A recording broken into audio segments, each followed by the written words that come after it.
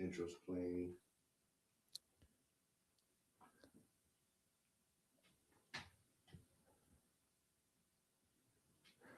Welcome to Talking Bristol. I'm Dave Fortier, and tonight we are going to be discussing an article that showed up in our paper recently. Leading up to that, though, maybe prepare yourself by thinking about our famous Pequabic River. For people in town, when you think of the Pequabic, you don't think of anything that might take down a bridge, for instance. But with our guest tonight, we are going to talk about something that happened over 100 years ago, over 125 years ago. No, I think we're good. It happened in 1896, and I think it's a little known story, if known at all. And what this story has uncovered something that is pretty significant, I think.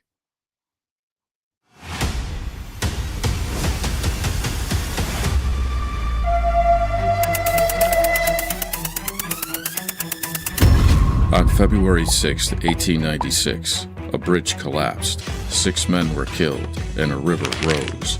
That's what made the headlines. But headlines don't tell you who mourned the train, who searched the darkness for the missing, and who risked their own lives to find the deceased. Read the story that goes beyond the headlines.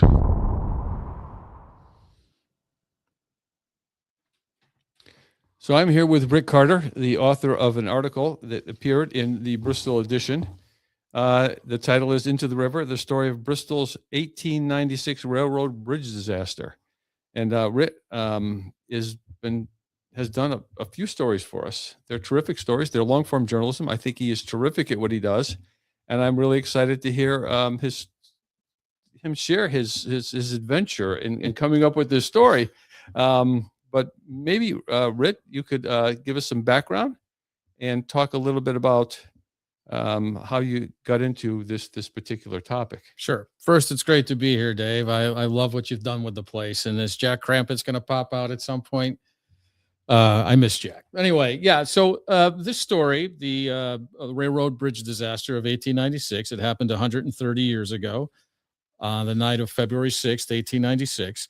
And actually, I found out about the story through my mom. Like most folks, I didn't know anything about the story. I hadn't heard anything.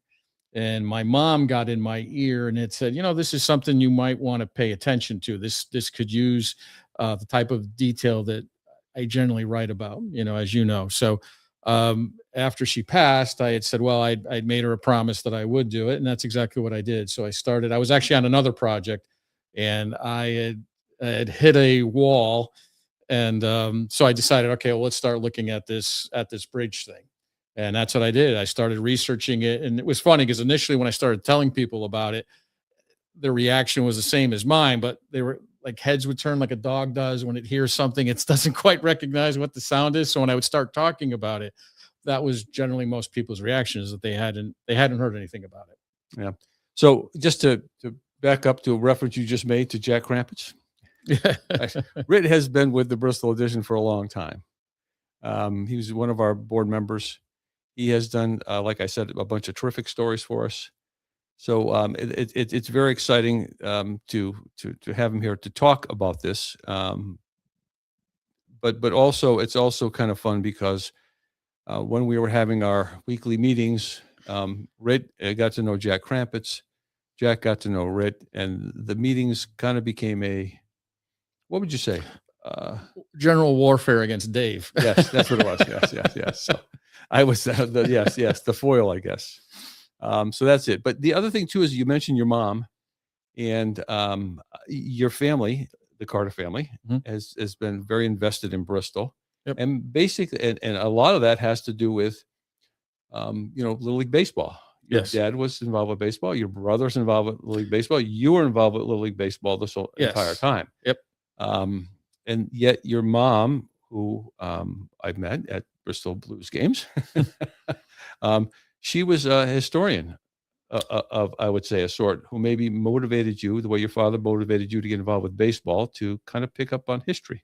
Absolutely. My house, we talked about history a lot. And I used to joke about how, I knew where my parents were when Kennedy was assassinated. I knew where they were when we landed on the moon. I knew where they were during Apollo 13, but we didn't know that our great grandmother died in the 1918 Spanish flu pandemic. So it was kind of like the family history wasn't shared. But yes, my mom was definitely big into history. She was into genealogy. She too was also a coach. So she had coached synchronized swimming. So she had taught a lot of the young ladies in town how to swim and do synchronized swimming. Amongst them, obviously, would have been the Josephsons. And my dad coached baseball for almost 40 years. My brother's still coaching. He's got 30 plus years. And I think my tour of duty was about 20 doing Little League. So with that sports background combined with history, the two actually kind of get a little bit tied together because you have to have the discipline when you're researching history to stick with it, because you hit a lot of walls when you're researching. You're down a lot of rabbit holes where you think you have something and there might be something there, and it turns out there's nothing. So you have to learn, you live to fight another day, just like you do in athletics. And that there are surprises too. You mentioned that you found out that your great grandmother passed in the influenza panic of 1916. Was it 16? 1918. So just maybe share a little bit about that how that occurred. Well, that was one of the first big stories I did for the TV. I think it was the first one. Actually, it was the first big one we took on. We did it in 4 parts.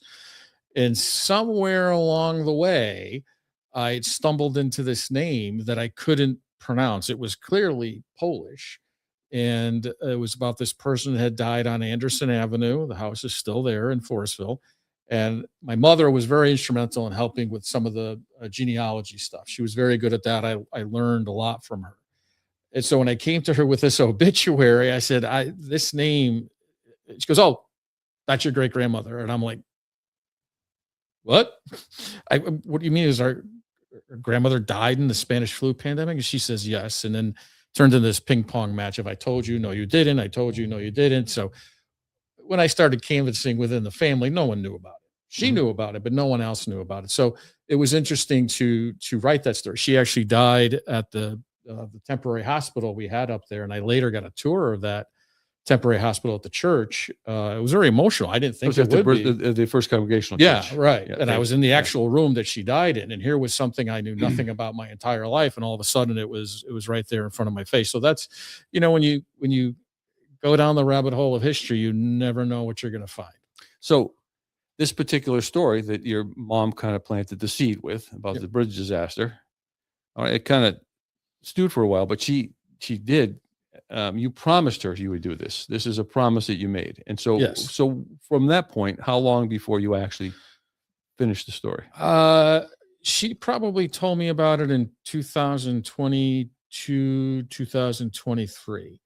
And all she had said was, there was a railroad accident, I think she called it, that happened in Forestville. And she goes, "A lot of people died." And I was like, "Well, how many died? And what do you mean a railroad accident?" So when she said that, I mean, most people, when you hear Forestville, you think immediately you're at Nucci's, right? Absolutely. So that's where I thought it was. And she said a lot. And I was like, "Well," she goes, "Double digits," but she didn't know the specifics. All she knew was that this had happened. And she goes, "It's a story that's going to need a little bit, it needs detail. It's, as I mentioned earlier, it's a larger story. It just can't be a 1,000-word article. You're going to want to go deeper on something like this." So it was actually, which is I'm sure a project we'll talk about in a little while. When I was researching Henry Boswell, I had literally hit a wall. There was nowhere left to go. I was stuck and I needed something to get some positive momentum going. So that's what allowed me to start checking into it. Because what I generally do is I try to map out what I'm going to do with my stories, because I know it's going to take me a year once I get involved. The next year of my life is going to be dedicated to the research and the writing, to whatever it is I'm working on. So I finally, I finally had a gap, and I was able to start working on it. So when it comes to the story as it appears in our paper, you can always go to the Bristol edition and read the story, which is I do recommend highly. It's not only that it's history, but it's the way you tell the story and the craft that you use in bringing the reader along through a pretty horrendous kind of event. So why don't you give us a summary of the story of stuff and what happens? Yeah, I don't think we've talked about what actually happened, right? Yes. we go back to the beginning? Let's try take two. Let's just try this all over again. So then what ends up happening? It's February 6th, 1896.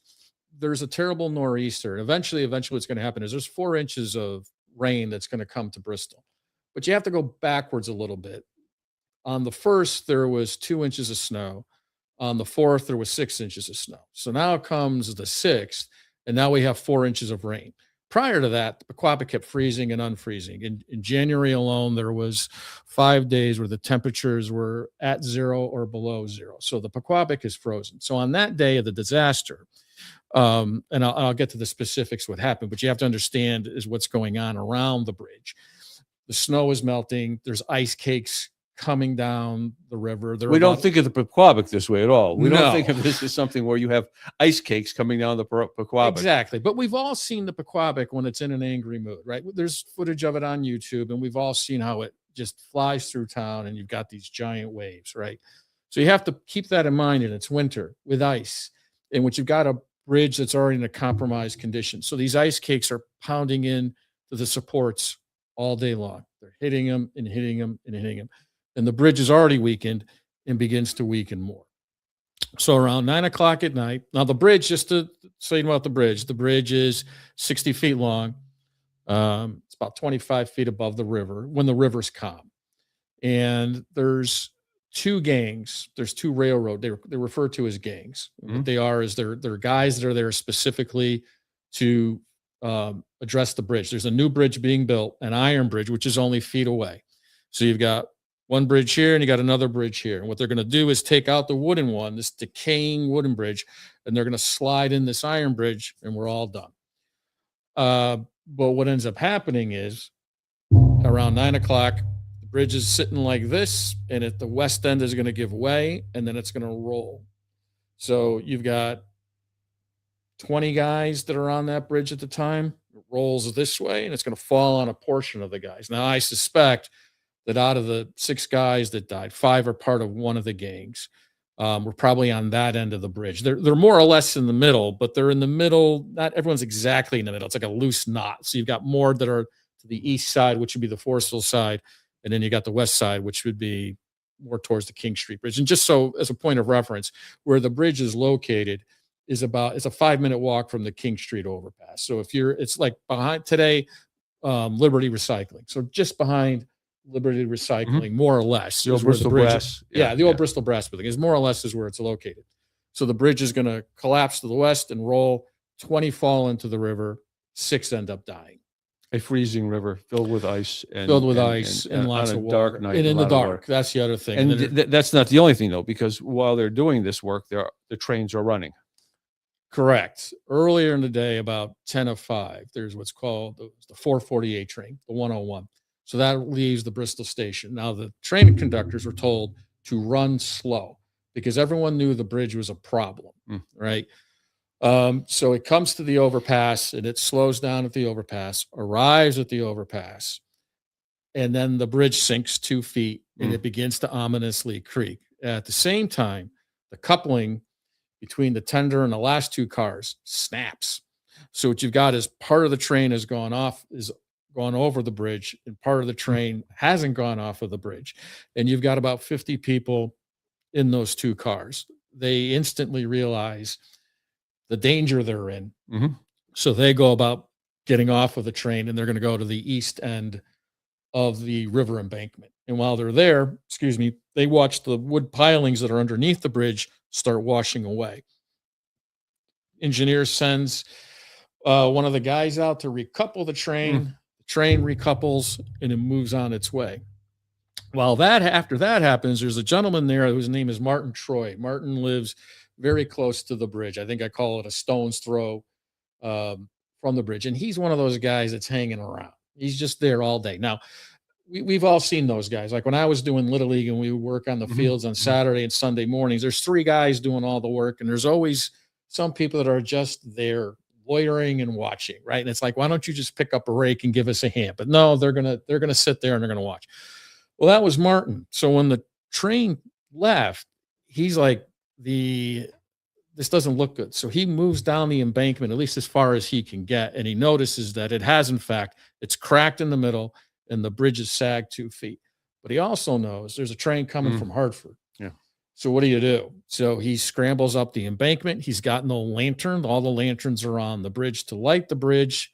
So he's going to take matches from his pocket. He's going to strike the matches and he's going to start waving the match up in the air like so, so that he can stop the train coming from Hartford, which it does. It stops just before the bridge. So they had 2 potential disasters that were averted. The first train, obviously, if that train had fallen into the river and the bridge gave way, would the second one have ever stopped? We don't know. I mean, you could have potentially had a wreck on a wreck. So you could have had 80 to 100 people that were in the water, other than the 20 that they eventually ended up with. Now, this story right now you're telling us from like bird's eye view. You mentioned one person's name. Yes. But what brings this story alive is that we meet a cast of characters, living, breathing people who, some of whom die, and some of whom we would consider to be heroes. Yes. Yes. Certainly Martin Troy. There's another guy from Bristol, Dennis Hurley. Same thing. Dennis worked at Bristol Brass. He was another one that happened to be around the bridge when it collapsed. And he's eventually going to go into the river and he's going to start saving people. At one point, he ends up taking, I think it's a couple of guys out of a tree. When they fall into the river, as you can imagine, you fall into that river, it's dark. You have no sense of where you are. You're tumbling through the water and you're grabbing onto anything. There's story. It's ice cold. It's ice cold. Exactly. Is it raining? Yeah, it's still raining. It was still raining at that point. And there's a fog. There's this ominous fog that's hanging over the river as well at the same time. So that's going to make the search efforts even harder because you can't see anything, right? So eventually what ends up happening is Dennis is going to go into the river, and he's one of these guys that's going to, they're going to use a rope as best as they can with him. And it's one of these where he's got his foot hanging out this way and an arm hanging out this way in order able to grab a guy in. There's another gentleman named Drollett who was actually on the bridge when it collapsed, and he's mythic. To me, he's mythic in this. He's a carpenter. He's a bridge carpenter. And he's actually holding with another guy what's called a sleeper, which is really a railroad tie. And they're going across the bridge, getting off the bridge when the bridge goes. And as the bridge starts to go, they drop the railroad tie. He makes it to the embankment, but the guy he's with, who's not identified in any of the accounts, doesn't. He falls into the river. Well, Martin Drollett, Drollett immediately goes into, it's not Martin, but immediately goes into search mode. And he's going to grab a lantern, and he's immediately pulling guys out of the river. He pulls at least 3 out. He's eventually going to go down past the Broad Street Bridge, and he is going to tie a rope around his waist and wade into the river in order to get people out. And he ends up staying at the scene until 1 o'clock in the morning when he boards a train. I think I described it, Avi. He boards a train, and he's in an armor of ice as he's sitting on that train, returning back home. So he was not a Bristol person. He was not. Martin Troy was a Bristol person. Martin Troy was a Bristol person, but Drollett wasn't. He was there with the wrecker crew of 40 guys trying to get the bridge repaired. He's a carpenter. This wrecking crew, where did they come from? They came from Hartford. So what happened is when the 101 goes over and it sinks, they realize they've got a problem. So the New England Railroad is contacted, and they decide they're going to send out a wrecker train. Now, what happens with a wrecker crew is it's exactly as it sounds. They're going to show up and fix whatever the problem is, but they're trained in first aid, fire suppression, a whole bunch of things. Typically at that time, a wrecker might have included 16 guys, but they're sending 40 because they're also going to go to Brewster, New York. So they're told, you know what, fix what's going on in East Bristol, then head out to Brewster, but they're never going to get to Brewster. So it originates in East Hartford, and then they start making stops along the way. They come to Hartford. They're going to go to New Britain, Newington, and Plainville before they eventually arrive in Bristol. Now among the crew, Drollett was one of the members of that crew. Yes, he was one of the members of the crew. Other characters that we meet.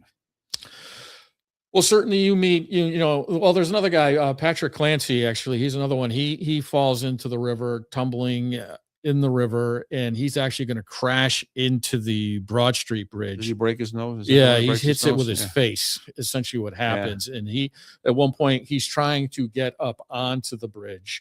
And, it's one of those things where the bridge it's helping him and hurting him at the same time, because the water was so high. Now the Broad Street Bridge, just to give you a sense of everything, is 900 feet away from the disaster bridge. The bridge that just went into the water, the Howe Truss Bridge, is 900 feet away. So the water is actually trying to pull him down as he's trying to scramble up, but at the same time, because it's so wet, he's sliding and slipping on trying to get a hold of the rails on the actual iron bridge. So Clancy ends up getting pulled out. We don't know for sure. My guess is Hurley is the one that's going to pull him out of the water, but I can't say for certain because there's a lot of the reporting at that time. There's a lot of inconsistencies in the reporting. So I think Hurley got him out, but I can't say for certain. But even with the reportings, though, you didn't see a lot of press on this particular incident. Well, no, for a couple of days, it's the story. Like the press and the Herald at that time were only publishing once a week. So the accident happens on the 6th. They published on the 6th, but the accident happens that night. So they're there on the 13th is the next time they're going to publish, and they cover it on the 13th. But after that, it's dribs and drabs. Occasionally, like I think on February 20th, you might see a line because about Patrick McCarthy, and he's still missing at that point. And we'll talk about Mr. McCarthy. But he's missing. So you get a line here, a line there, but they were pretty much done with it. The Current stayed with it for a few days. You see some reporting through the 10th. They stay with it through the 7th, the 8th, 9th. And then after that, they start drifting off a little bit too. Hartford Times had it for a couple of days, but like most things, it just fades away. So when you're doing your research, you've got a story. Where do you go? How do you find this information out? I mean, you have a full-time job. Yeah. Yes. Let me just say, as a quick aside, I think I was driving all my friends a little wacky with the bridge talk because every conversation had bridge, and I suspect when I would arrive somewhere, the ongoing thought was I give it 5 minutes before he mentions the bridge, and I think my wife, hi, Laura, can attest to that because it was all bridge talk. And it does become all consuming when you're taking on a bigger project. You have to turn yourself over to it. You can't do a little bit here, do a little bit there. You start uncovering so much information. I have found, I can't speak for anybody else. I'm sure everybody has their own method of working. But for me, I have to stay with it. I don't generally take time off until the end unless I've just become so frustrated. But on this one, it was it's like a puzzle, and you pick up a piece that's here and you put it in, and you pick up a piece that's over here and you put it in. And sometimes there's large gaps in the puzzle and sometimes you don't have the pieces. So I think what I'm getting at is everyone's, how they work it is different. I know for me, I can't let it go. I got to be all in. I can't go halfway. So when you say you're all in, give people an idea of how much mileage you put on your car, tracking down things like photos and following up on leads. Yeah, it's no different than any other researcher that's out there. We have a bunch of them in Bristol and, throughout towns, throughout Connecticut and the country. But it's literally, we have dinner, we have our talks, and then I go in the research mode and I'll work on it through the night or until it's time to go to bed. And then I wake up early and start all over again. What's a Saturday like? Well, Saturday I take writer's hours and probably work from 7 to 2. That's what I try to do during this. Although some people around me would say, well, that 7 to 2 got stretched out a little bit, but I tried to take the writer's approach on Saturdays to try to be done by 2 and then take the approach of leave something for the next day. So leave off with something to write about or to research for the next day. So you're not starting with a brand new sheet because it does tend to get the mind working a little bit better when you have a starting point rather than going, okay, what are we looking at today? That's how I tend to work, just to leave some crumbs for the next day. Well, I mean, Hemingway used to end his daily work in the middle of a sentence. Well, I should try that. That's I'm pretty sure that was Hemingway. Give us an idea, though. Toward the end of the story, when we were going back and forth, you were finishing up. You would talk about whether you should drive out and get another photo. Yes, and you did. Yes, this photo did appear, and you had a photo already. I did. Why did you pursue this other photo? It's one of those things. I think for me, you just know creatively sometimes I have to have this. I have to have this. I can't it just fits. I need this. No one's going to notice. You're the only one that's going to know, and that's good enough. So for me, I had to have it. It was just okay. I'll drive the hour to go get it. I need that photo. And that was of a It gravestone, was. and it was a gravestone that you had a photo of, but it had snowed in the Yeah, interim. and yeah, I had to have it. I wanted. In fact, all the photos. At one point, I had gone to all the graves in the summer. I had gone in the fall. I thought my initial approach was, this is a dark story. It needs light on it. And as we started going along, and I went, no, that's wrong. You can't. There should be no color in this story. It's got to be representative of the time. So it's got to be in black and white. The story took place. You can picture the day. It's just gray all day. It's raining all day. You can't put a happy face on it. So the photos had to represent that. Like I had all the photos of the Pequapic. I had walked up and down the Pequapic River, had gotten the photos I needed. And as we got closer to publication, it was like a light bulb went off, and I'm like, "No, fool! This has got to look like what it might have looked like that day: snow on the ground, cloudy, gray, not good." And I went back actually and redid almost all the photos, especially along the Pequapic. We also, well, I'm now, as you're telling the story, how many of the people who passed were from Bristol Well, of the in the actual actual accident? Yeah, yeah, there's none from Bristol. There's 3 from New Britain, 2 from Hartford, and 1 from, East Hartford. and you went to the grave sites. The ones that were available, yeah, there was 2 that, as far as I know, there's no marker. I reached out to the cemeteries where they were buried, went to find a grave. I couldn't find anything. So either they were buried somewhere else, although the records at the time indicated that they were buried in the Hartford area. I couldn't find them, and when I reached out to the cemetery, I got radio silence twice. So the four that we know where they're located, I visited those locations multiple times. And the people who were involved from Bristol, they remained in Bristol, They did. and you tracked them down. I did. Some were easier to find than others. Like for example, Martin Troy is buried right out over here, but I didn't include. Yeah, I had to make a decision on how many grave markers you put in, but I thought the grave markers should be reserved for those that actually died during the collapse. So I didn't.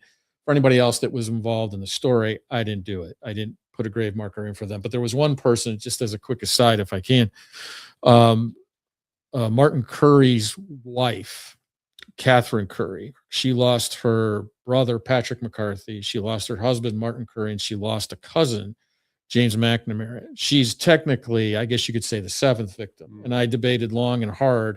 And I know someone sitting out there is going, you're just talking about a gravestone. What does it matter? But it mattered to me. And it was a tough decision not to have one for her. At the end of the day, I decided that it had to be for the 6. You couldn't, although she is a victim, and she lost more than anyone. I just couldn't put a marker there for her. But anyway, back to your question about Bristol. There was nobody that died from Bristol, but the people that came out and searched, you had multiple doctors come, you had people from the surrounding areas arrived in a multitude of ways, and unfortunately, not all of their names are in that reporting.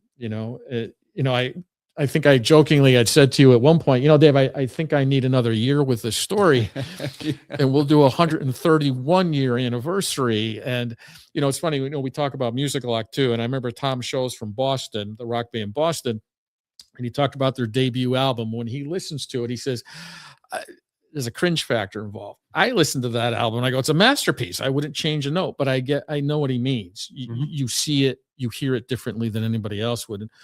Would I have liked to have had more time? Yeah. And that's why I don't think the work is done. There's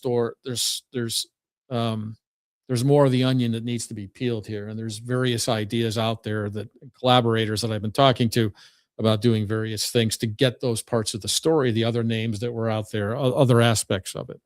So, that makes me think of a couple of different things. First of all, this is a story about common people. Yep.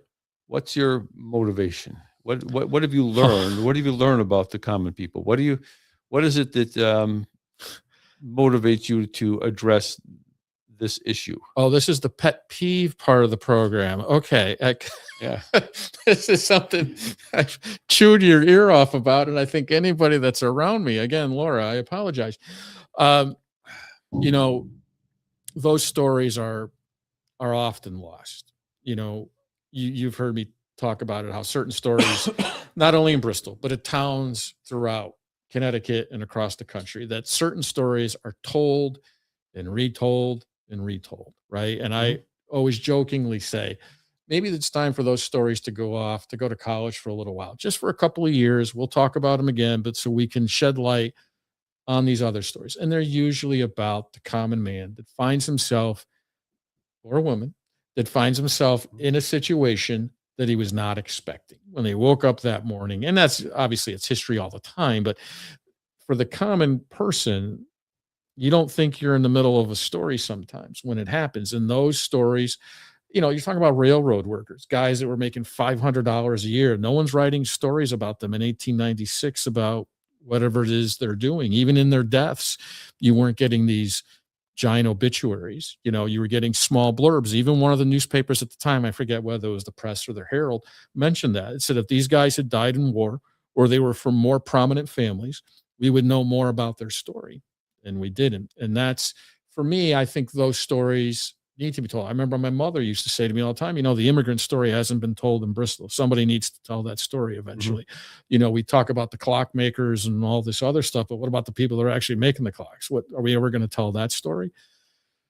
She was right, you know, and hopefully, you know, I don't know if I take that story on one day or somebody else takes on that story, but even like, you know, the military museum today, you know, Carol's doing great work over there, and they're finally telling the story of the Bristol women that were in World War II, or uncovering those stories. All those stories need to be told. You know, they need to shed light on these people and the amazing things that they did. It can't always be the connected and the wealthy, and all those stories are important. Don't get me wrong; they are important, and they have their place. But there's all these other things that have just, you know, and that's been the focus of most of my work with the TBE. You know, you know how frustrated I used to get. I got to go write an article about some city council meeting. Yeah, right. I would always hem and haw about that. I didn't want to do that. How do I take that and make it big and make it grand? Right.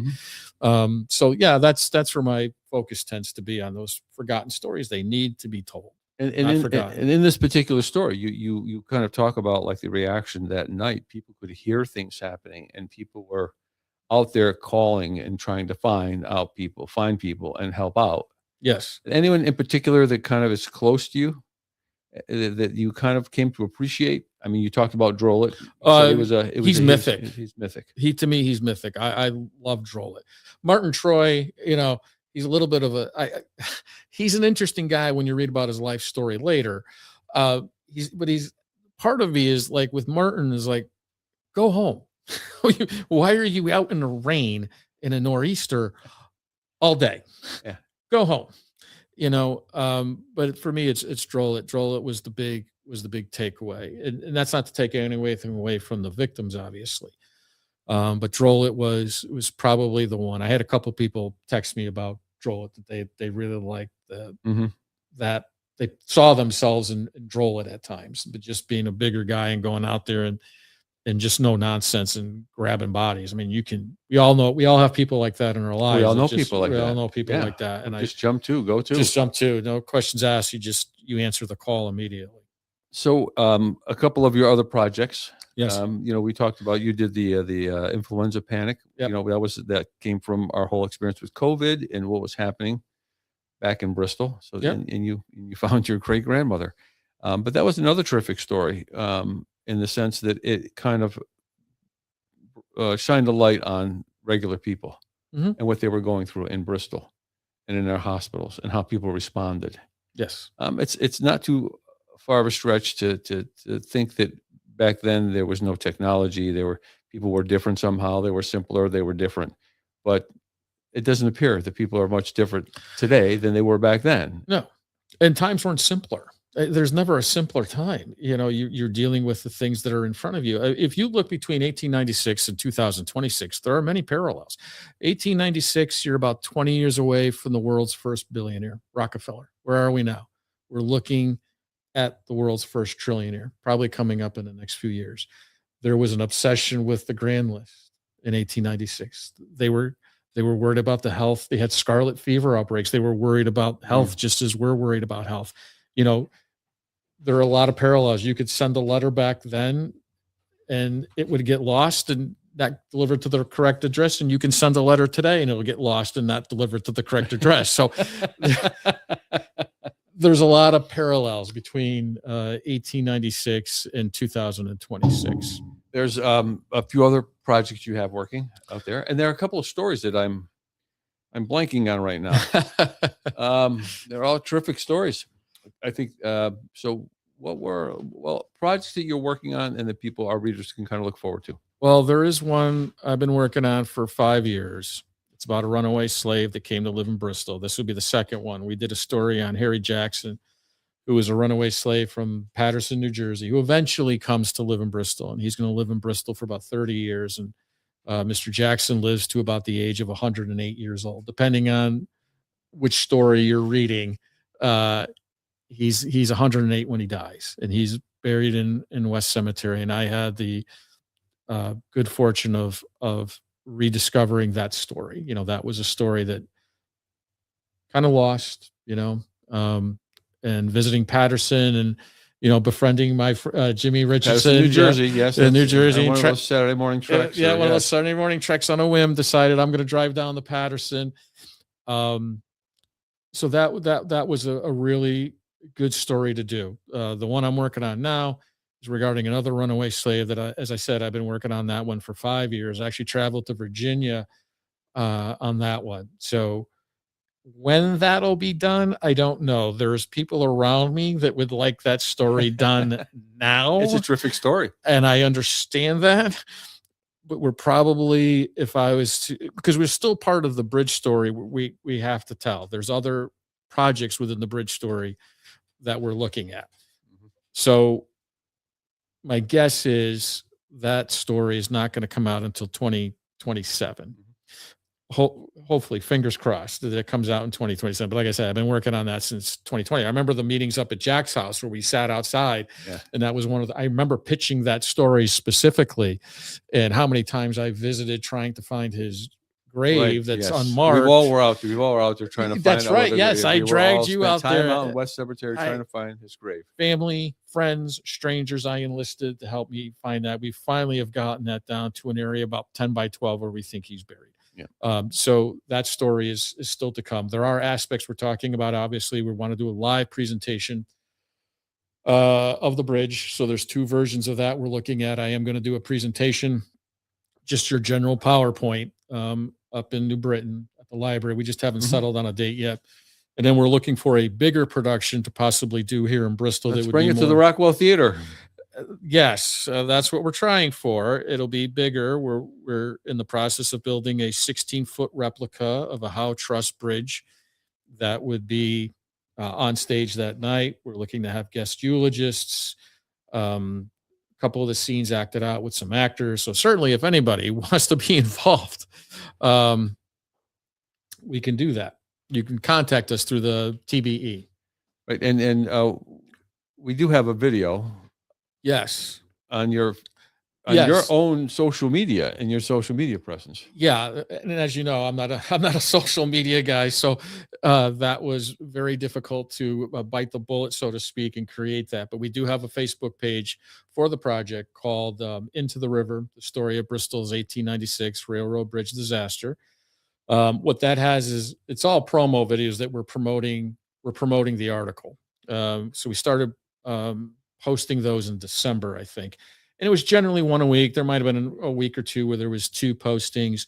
They're not large. They're about 30 seconds. Some of them are 10 seconds. Some of them are silent. They're just being respectful of the events that happened out there. I mean, I went to the bridge a multitude of times, but the videos were there to promote the article on the TBE. And I did have, a great deal of help putting those together. So I would encourage anyone, please, to check out the content. The settlers called it the Poland River, but its older name, Pequabic, came from the Algonquin people, meaning clear pond, a deceptively gentle name for a river capable of sudden fury. And in February of 1896, the Pequabic lived up to its reputation, tearing a railroad bridge from its moorings and plunging men into chaos. Sometimes when the clouds their burden shed, and the brooks and the rills have been overfed, she would give full vent to her pent-up wrath and sweep the offending walls from her path. The Pequabic River, Milo Leon Norton. Well, did you have fun with that, Rit? That was, yeah, you got a Well, little poetry in there too. It was, yeah, big fan I am of poetry. Yeah. What's interesting listening to that is it makes me think of the previous video, because there's a short aside. That one was recorded under normal circumstances. The first one was recorded at 6 o'clock in the morning. So you hear this, coming up soon. It's in hushed tones, so I don't wake anybody up. Where that one, there was nobody home, so I could just let it go. But that first one, yeah, and that's the one. Thank you, Aaron. Yes. Listen for it. On February 6th, 1896, a bridge That's 6 collapsed. a.m. voice. 6 men were killed, and a river. That's so Just a peek into the creator's world. right. My poor daughter is a room over, and the wife is another one down. Yeah. Who actually, my daughter helped with this story too. I She had a have to couple point that out. She illustrations did there. some illustrating. It was terrific to work with her, and my wife too gave editing suggestions. It was great to work with both of them. But that's voiceover voice at 6 o'clock in the morning and speaking in hushed tones, so I don't wake anybody up, because I didn't want to hear Dad. So, yeah, You'd have to do a retake if you I'd heard have that. to. Yeah, Would've I was been like, on it. I've got 2 takes at this. That's Yeah. all I've got. And one of the other stories that we talked about that I'm remembering now, not blanking on, is Theodore Busel. That's on Sedition and back. Ooh. And yes, that's a terrific story. And I think we'll have to save that for another time. We're done already. That's But it. I tell you, Oh. you might want to just touch on that one. But that is a 4 or 5 part series. That was a 2-part Yeah, series. 2 part series. Oh, Yeah. the influenza panic was the For 4 part series. Busel was 12,000 words. 12,000 words, but it was a terrific story about something we could probably all relate to today. We could. There are a lot of parallels today. I don't want to turn this into Oh, yes. politics talk, but we'll save it for another day. Okay. Now, is there anything else that you'd like to say before we wrap up? No, I just hope everyone reads the story. Those that have, thank you. Those that have reached out and have enjoyed it and shared that, I thank you. And certainly those who have listened to me talk about this for the last year, thank you. But the conversation's not done. I just took 2 weeks off, and we're going to get back at it. And we do have a show coming up. We hope that it'll be in the Rockwell Theater. No guarantees. I understand if it's not. If we have to go to the Historical Society, then we go to the Historical Society. But we're hoping to do that in the fall. I don't think anyone wants to hear about a bridge disaster on a hot July night. No. So I guess we're not. looking to do it. We're looking to do it in the fall. That's awesome. That's great. Well, Rit, it's wonderful you can come on. It's nice seeing you again. Good to see you, Dave. We're not seeing each other on a weekly basis any longer, but you are and involved in these really worthwhile endeavors. Well, thanks for having me. This So, was a lot of fun. Aaron, thank you.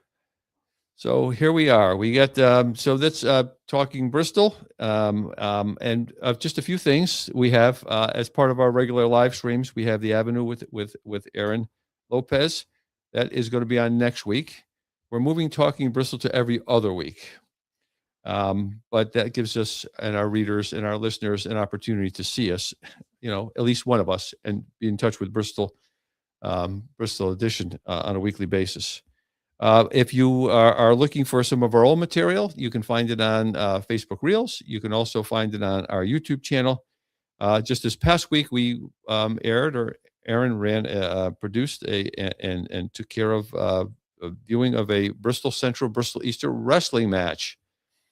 On February 23rd, we have the superintendent. What is it? Superintendent Talks. With Superintendent of Bristol Public Schools, Iris White. That will air in 1 o'clock in the afternoon, and it'll give people an opportunity to listen to our superintendent. Our schools are very important. We've had some conversations about things that are happening both in the city and statewide when it comes to funding of education. And so we'll have an opportunity to address some of those issues, but also know about the people who are involved in what's happening. So that's going to be February 23rd. At 1 p.m. And so I want to thank everyone for joining us this evening. Britt, thanks again. And I hope everyone has a good week.